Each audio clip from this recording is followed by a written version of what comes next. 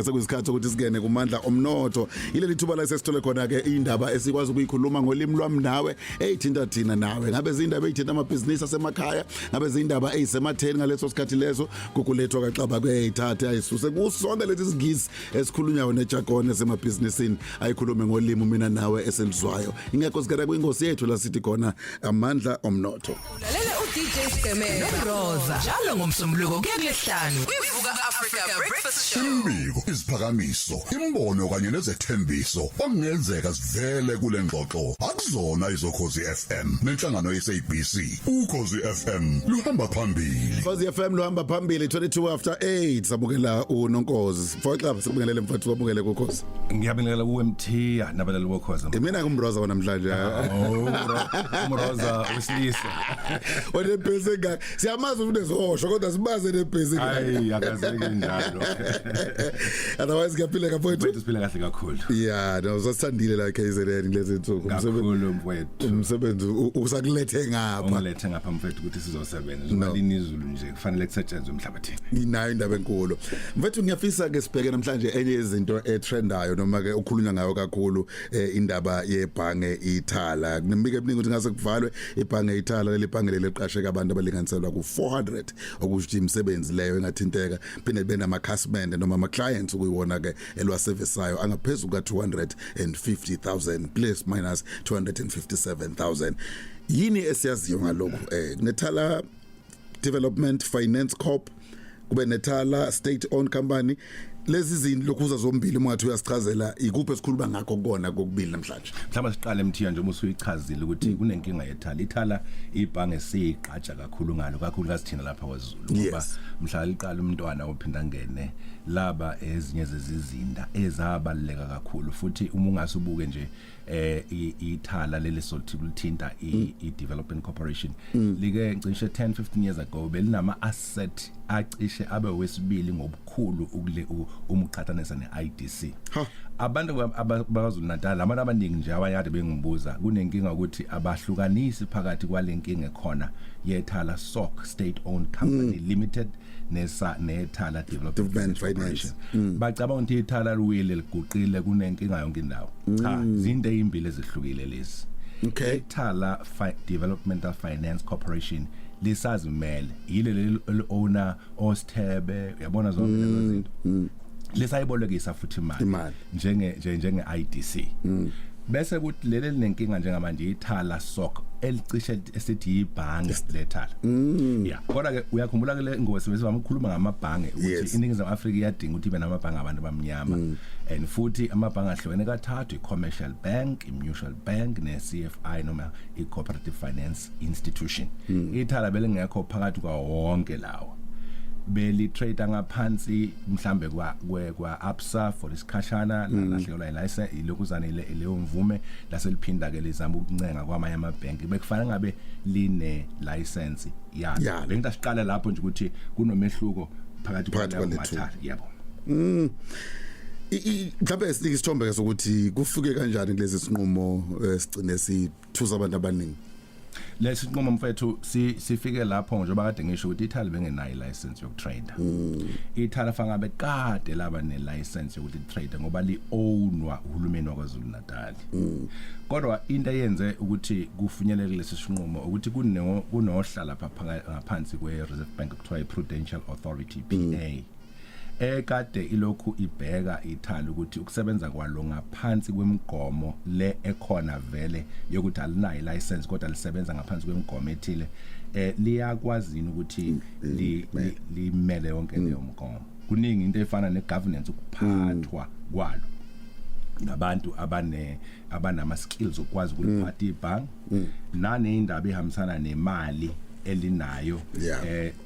iliquidity yabona ukuthi nayo imali ethile khona izokwazi ukuthi imelana nazo zonke lezi zinto nokunye kokuningi okuyimgomo ehambisana na Prudential Authority okutholakala ukuthi ngicabanga ukuthi ngo2023 ilapho kugcina kwase kuba khona inkinga ukuthi ngathi iThala liyahluleka ukuthi limelane noma libe nazo zonke lezi zinto ezidingwa Prudential Authority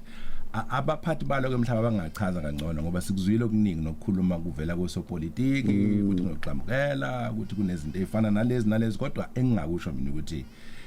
iNingizimu Afrika isezingeni lomhlaba eliphezulu maqondana nokuphatha kwamabhange wonke jikelele. So kunengxenye fasi iqonde la ngoba ngenhlanhla ngeke ngaba ingxenye yokuregister kwebhange lethu kade silimemezela ngonyaka odlule kusithatha 9 years akulula ukuregister ibhange. Ibhange la eNingizimu Afrika mhlambe singakhuluma political economy ngelinye ilanga kodwa nje akulula kodwa futhi kungabi lula kwakho lokho ikhona okusenza ukuthi sibe namabhange athathwa njengokuthi asezingeni eliphezulu emhlabeni ngoba awafani namabhange amanabolekise ngemali enze noma kanjani okuzomela mhlambe kwenzeka ukuzama ukulungisa leso simo ngoba kusakhunywa ngeprovisional liquidation ukuthi akafikeleli kwangqingqe nje so yilokho ke mfethu bisasicacise nje kafushane maqondana nalokho political will capacity yokuthi ngizama ukubheka uhulumeni esikhuluma ngawo la okubona but usho ngempela sinawo la umava lawo noma ngempela ngoba khona badonsa inyawo there and there mhlawumbe umbono wami nje lo ngizokusho ukubalala lokhozi ngokwami kufaka ngabe ithala kade laba lessons I political will ayibingekho umbono nje wami lo njengomuntu oyimele waseNingizimu Afrika I don't think I political will beyikhona futhi mhlawumbe njengamanje njengoba sekuphethe iIFP lapha njengo premier we province bengingakumangalela ukuthi bebengeke bangabi nayo ngani political will kuyibhenke laqala umsungulo weIFP ukuletha phela mhlambe lokho ukuhloniphela komsebenzi omkhulu kangaka wenza umuntu oraphinga ngene umbono wami ke lo oyimele uhambisana nokuthi political will ukuba beyikhona mhlawumbe ngabe kade ngoba ama skills akhona eSouth Africa nami ngimangazwe ukuthi abangaka into ephethwe futhi uhulumeni phela unemali futhi uyena obhenke ethala nofaka imali njengoba kukhulunywa ngeliquidity nje ukuthi imali ayenele kahle basho bacima kusho ukuthi khona mhlawumbe khona ufaka ngabe kwenzekile esigabeni sepolitiki ulungisa ibhange ithala ngoba ambalwa ukuwa nje kwe VBS namaningi empeleni ungabuka MTR from 1990 kuze manje kushawu 14 amabank eNingizimu Afrika awile neAfrican Bank ike yawa njoba isiphinde yangathi iya list by the way this year push umpoka bhungane kakhulu kabi uma futhi ungezwe inkulumo zakhe sesikhuluma nje political economy now uthi uDr Msonyane ngisathe iqala in the 70s iAfrican Bank umuntu oqala wabhenka wakholelwa kwiAfrican Bank uyena umsunguli wali ithala uyabona ubangusuthu umntwana uButhelezi so uma ungasubuke ukuthi sifuna kangakanani izinto eziholwa ngabantu abamnyama ezingezethu ngoba kulikhulu ukuboleka imali kulikhulu ukubhenka abantu aba 257,000 sebezothathwa manje bayofakwa bawushutheka kwamanye amabhenki cha abantu abazokulahlekelwa imali zabo sikucacise lokho ngoba ikhona insurance uhulumeni uzosiza kulokho vele khona isimo esifana leso kodwa ukuthi sengaze liwe impela ithala ekhona uhulumeni oluphethe inkinga leyo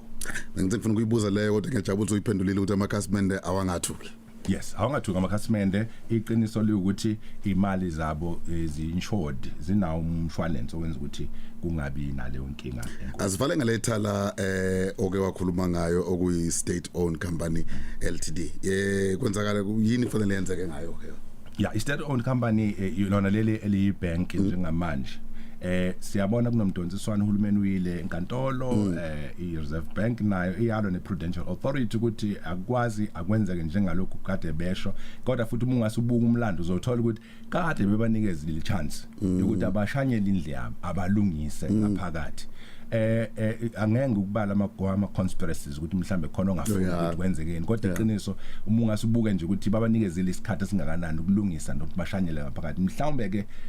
asicabangele ukuthi ngase kwenzeke bayithola ichance ngoba njengoba kuthiwa iprovisional liquidation ukuthi kusangwesikhashana mfethu lokungela sivale bayaqhubeka abantu bakuthola kanjani khona amasebenzi wayo akhona mfethu njalo Sunday siyakhuluma mfethu sobe ngo5 o'clock kwi Zoom session sobe sino Zarko Tarish omunye umfethu engisebenza naye wale Eastern Europe eSerbia uKotape uthatha iminyaka emihlanu ukutshala isihlahla simi kodwa lezi sobe sikhuluma ngazo ithatha 3 years last year and quality food kule inkampani ele eMpumalanga lapha ahluza khona Kotape ukuze akhiphe ioil wakhona bese kuthi kunama turmeric ngikhumbula ke leyo. Yes, azowenzeka next month. Siyaphanyeka lapha sesiphanyekile vele kwinkulu zokuxhumana Amandla Omnotho Facebook page na Google lethu Jixaba Facebook page kanti futhi bangaya ku mandlaomnotho.com which is our website. Mfethu sibonga khona isikhathi sakho. Mthiyo mkhulu. Ulalela uDJ Stemela noRosa njalo ngomsombuluko kuya kulesihlanu kwivuka Africa Breakfast Show.